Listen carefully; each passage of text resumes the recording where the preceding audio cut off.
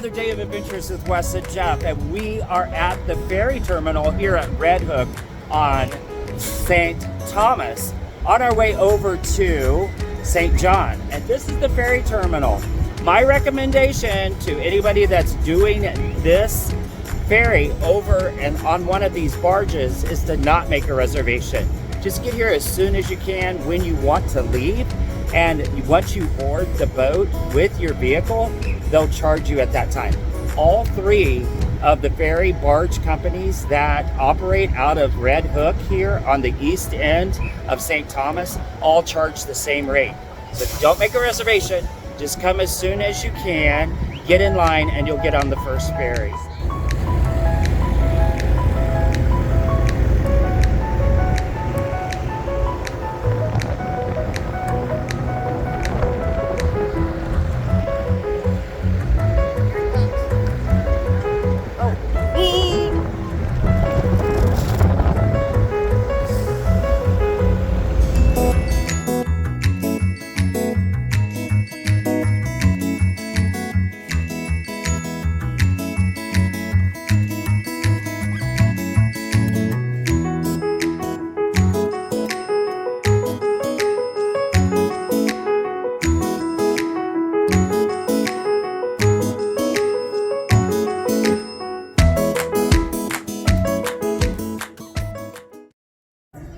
At the Virgin Islands National Park Visitor Center here at Cruise Bay on St. John, and just walking through the visitor center is pretty interesting. It tells about the ecology of the area. It's all about the coral reef and the snorkeling and the underwater community here. So Jeff's reading all about the early peoples, and then it's kind of open air. You can look out into the bay here. There's the National Park Service has their own boat, which 60% of this island is the national park. So people come in here and ask questions about what they're going to see and do. They ask the park rangers. They have lots of information. This is the actual island of St. John, and all the different things that you can see on the island: Reef Bay, Salt Pond Bay, Annenberg Plantation, Cinnamon Bay. So I have some shirts that you can purchase.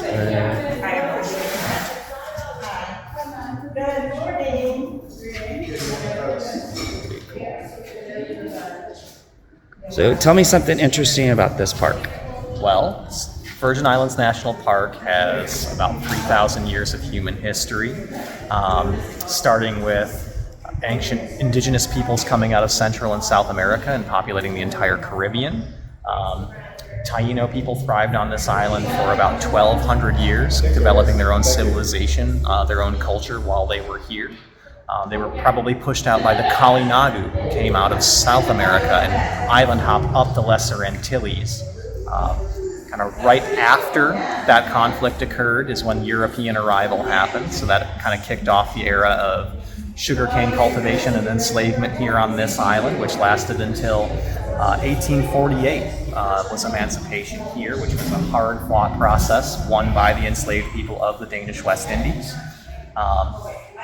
This really kind of caused the sugar industry to really fall into a state of decline, and that was really replaced by a subsistence economy that was based on the lifestyle of enslaved people and the way that they'd been living for generations here, which was relying on small provision gardens where they would grow fruit, vegetables, fruit trees, raise small animals, and kind of trade goods and services between them.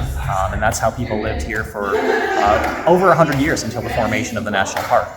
So fast forward 150 years, the reason why we have this park here is because of Mark Whitefoot is going to tell me about that. So in early 1950s, Lawrence Rockefeller started visiting the Virgin Islands. At the time, there were probably about 800 to 900 residents on St. John, and most of the island had been reclaimed by secondary growth forests, so it looked like, an untouched gem.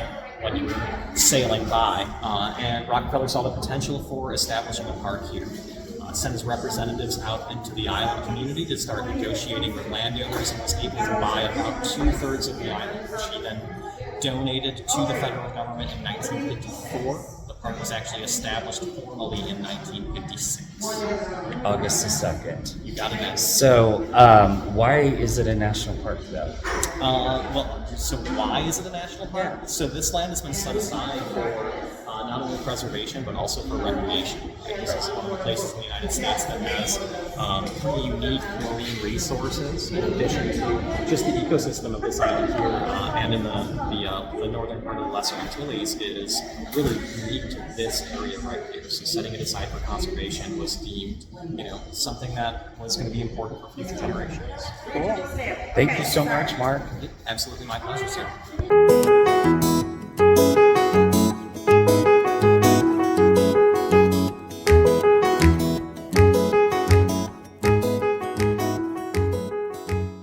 The little Lin Point Trail that's right from the visitor center. I'm taking that up the hill, just 0.3, and looking at the view of Cruz Bay, where the ships come into, the ferries and the barges that bring people over from St. Thomas.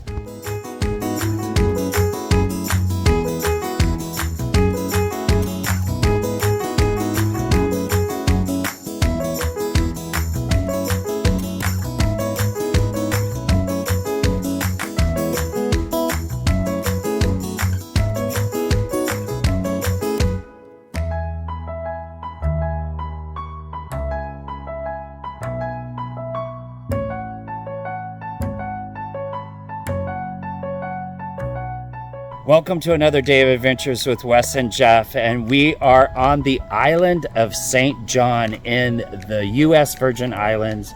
And look at this beautiful turquoise blue, crystal clear water in this bay behind me. So we're touring through the park. It is absolutely beautiful day here on February the 22nd, 2023. And we are going to take in a bunch of sites here, do a couple hikes, and go to a couple beautiful beaches. But I just wanted to pull off here at one of the overlooks and give you a taste of what you're going to see on these beautiful beaches and overlooks here at the national park.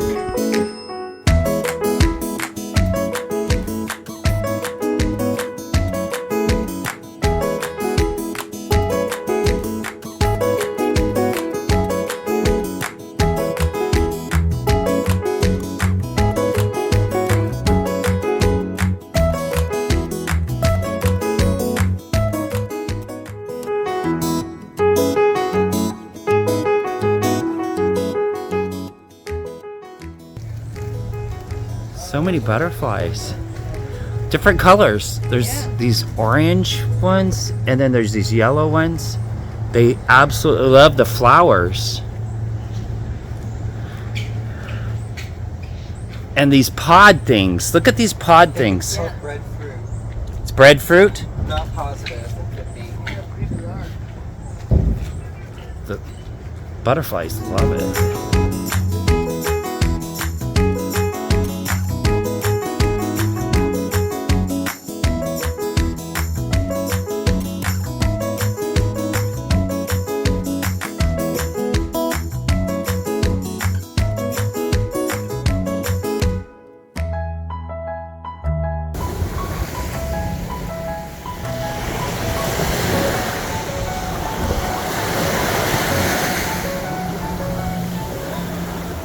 Hi, we are at Cinnamon Bay and Beach. This is a white sand beach here at Virgin Islands National Park.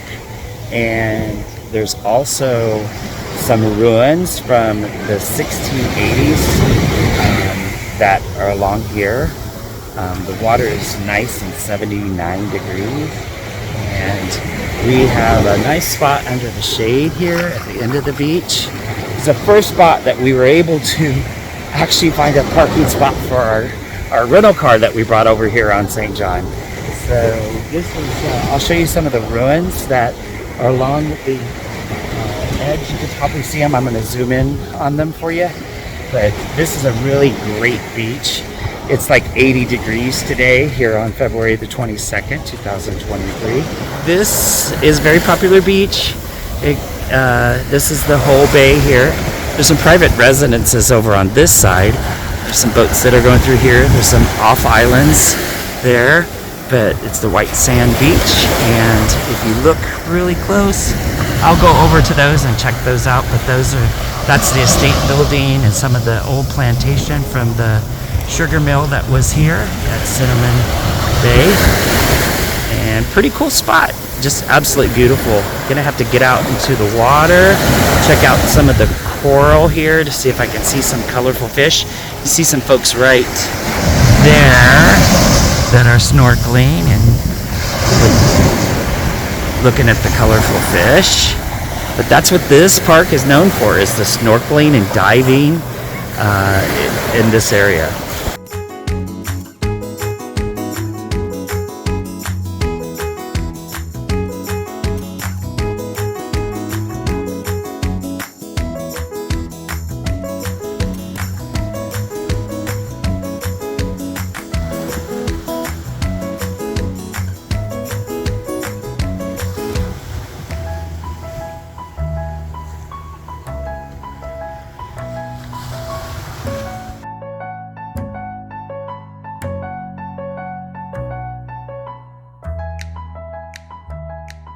I am at Cinnamon Bay, and this is the archaeological site that is right along the beach.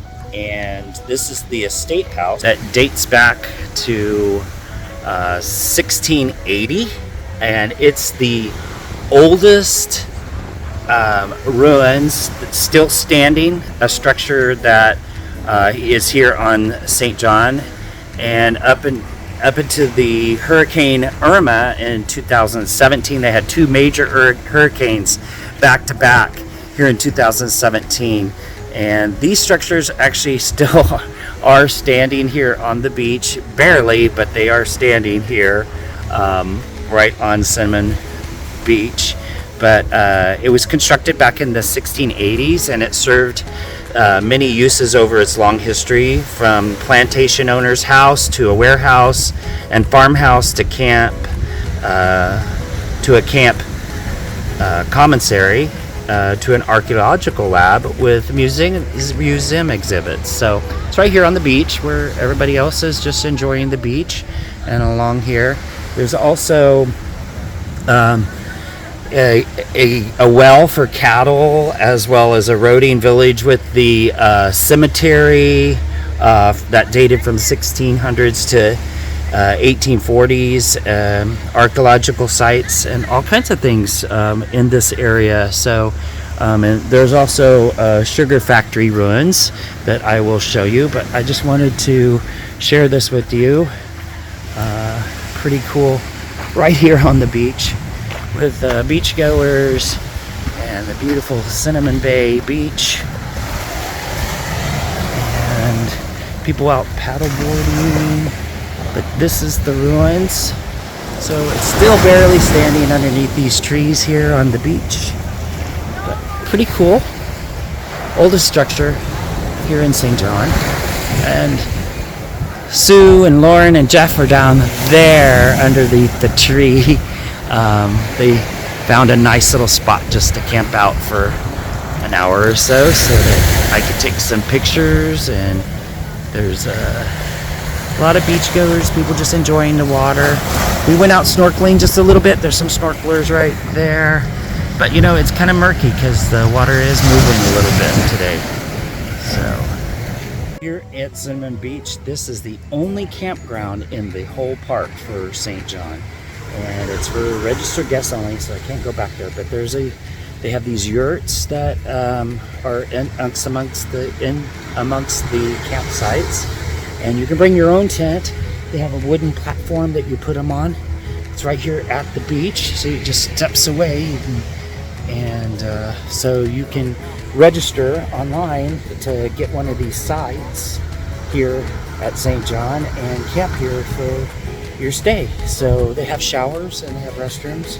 So it's the only place here on St. John that you can camp overnight. But, you can camp on this isolated island and enjoy camping at the beach.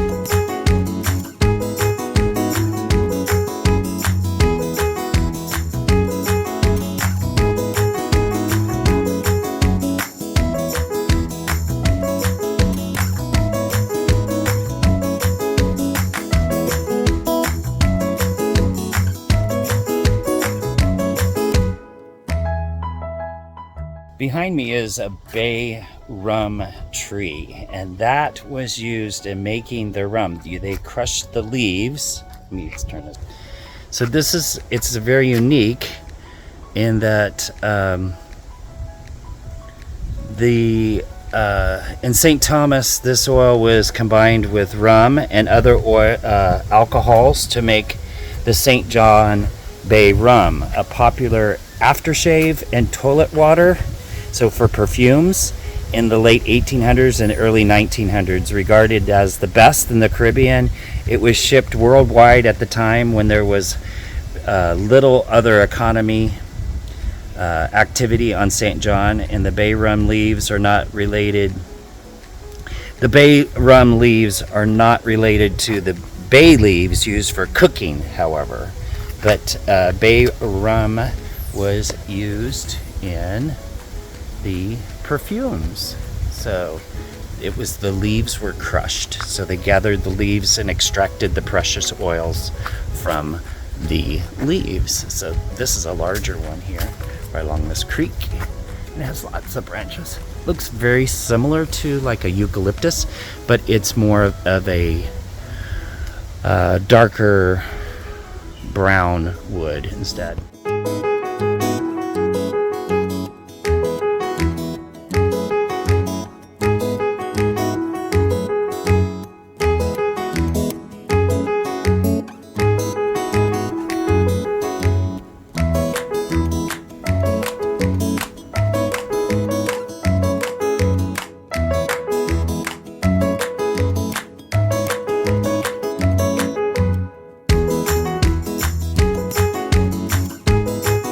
We are at Trunk Bay here on St.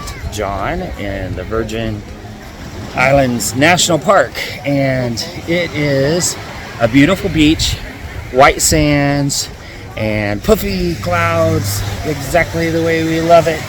But the most interesting part about this Trunk Bay beach is right out here there is a national park underwater trail. And the trail is 225 yards long, or 225 feet. Is it yards or feet? I think it's yards. Anyways, it's pretty long. It goes from buoy to buoy, and you snorkel and look at the fish, and there's like little placards along the way, so that you can check it out and read the placards, the informational placards along the way. And we did see a lot of really cool fish. We saw these fish that had like an eye on the side, and they were looking up at us. I swear they were trying to figure out who we were, and we were just watching them. And then the other thing we saw is some really colorful bluefish with the yellow stripes on them. And we saw some little bitty bluefish, and we saw some little bitty orange fish. So a lot of colorful tropical fish here in the Virgin Islands.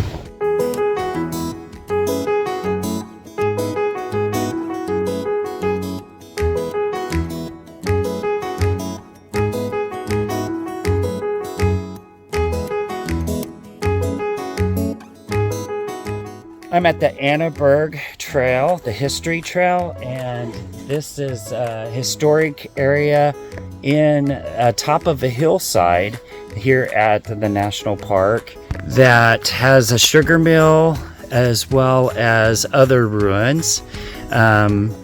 So in the 18th and 19th century, there was a sugar factory here. A lot of this island had sugar factories, and they had brought over the slaves from Africa, the Danish did, and they had them work in these sugar factories, in the sugar mills.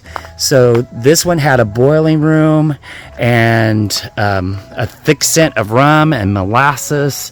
This was a Danish plantation era when the sugar dominated the island for 150 years. So this quarter-mile hike takes about a half hour, but we're going to do it in a little bit faster than that. And this is the actual grounds that you take. You start here and you go all the way around by the slave quarters off to the left, the horse mill, the windmill, and then back around the main building and back down to the bottom of the parking lot. So we're going to take a little tour of this facility. So this was the slave quarters over here. They had a great view of the bay here, but yeah. So there's some picnickers here, but we got a little bit of rain shower that came through on us. But this is absolutely gorgeous.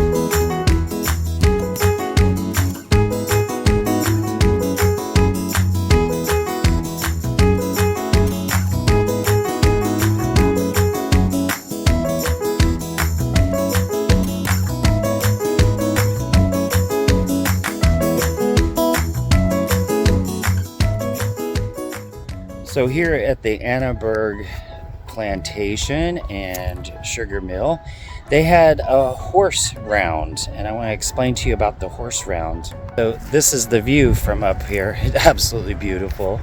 But the horse mill is this round circle that is encased with this rock wall that goes all the way around.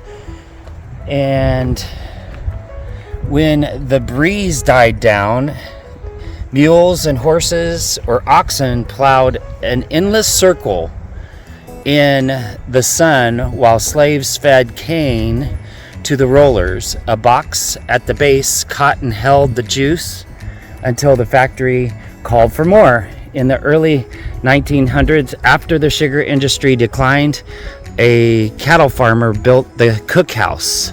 That's right there, that we got the yummy bread from the lady that's making it, as well as some special juice that she gave us. It was had cloves in it, but it was really good. It was a tea, herbal tea. But the cattle farmer would built the cookhouse on this far side of the platform, and so this is what it would look like back in the day. But now it's just the ruins, and so that's pretty cool. It's still here for everybody to learn about it and to take in the history of the St. John in this area. And this is the old windmill, and it had a Danish big wood slats on it that would rotate. But of course those are deteriorated and gone, but we still have the base and how they made it with the native stones here. Sue has her tea here. She looks like she got something else. This is red pea soup broth.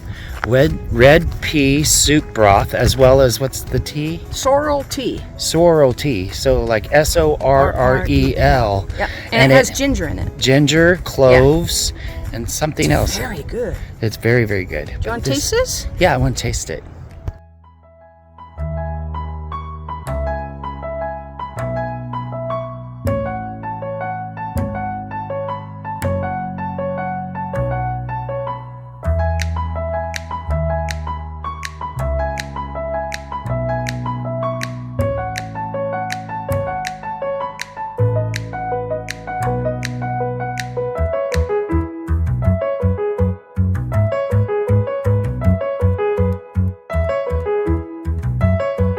So just driving down the road here, there's all Those kinds are of. lambs. It may be a lamb. Yeah, that's not a goat. The-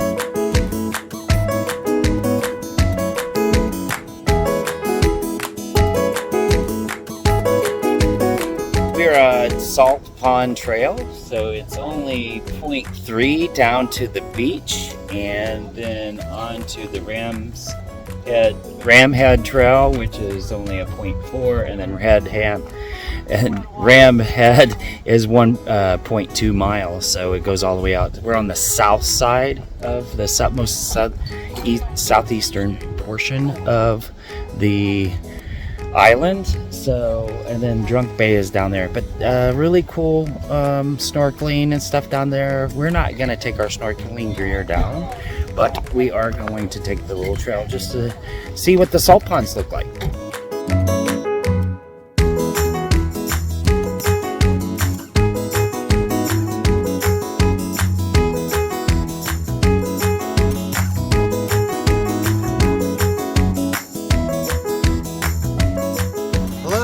Jeff, and we're here at the U.S. Virgin Islands. We came to the eastern tip of St. John Island, and this is the little tip called Ram's Head.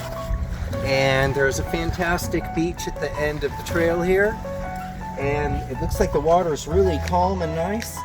We should have brought our snorkels down the hill from the car, but we'll do that next time.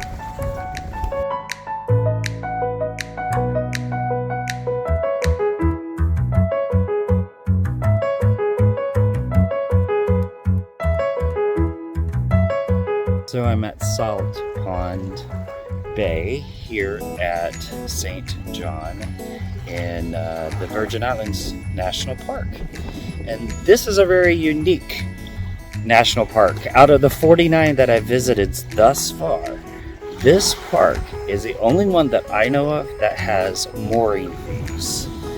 So that's to anchor your boat at the national park. There's a fee to do so, and they want them to only be in a certain area where they have these buoys out in the water. I'm going to flip the camera around so you can see that they have the buoys out in a certain area out in the center so that they protect the reef on the right and on the left where the fish, and in the center is where there's seagrass is, and that's where you can find a lot of the sea turtles.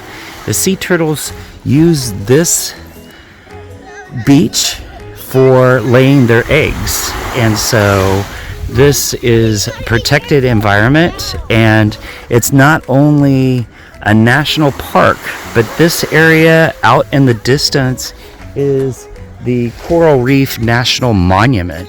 So a couple unique factors about this particular park is that you have these mooring. The interesting part about the mooring of these huge sail ships here, sailing boats, is that they're able to moor here in this protected bay to protect themselves from the ocean currents, and it's actually the Caribbean Sea on this side of the island. But also, it's only $10 for a senior pass per night. So they fill out a card here at the pay station, which we call the Iron Ranger. You know, in California, where we have the redwood trees and we're camping, we have Iron Rangers. Well, they have an Iron Ranger here at Virgin Islands National Park, right here on this beach, for these mooring of these huge sailing ships that are down here in the Virgin Islands.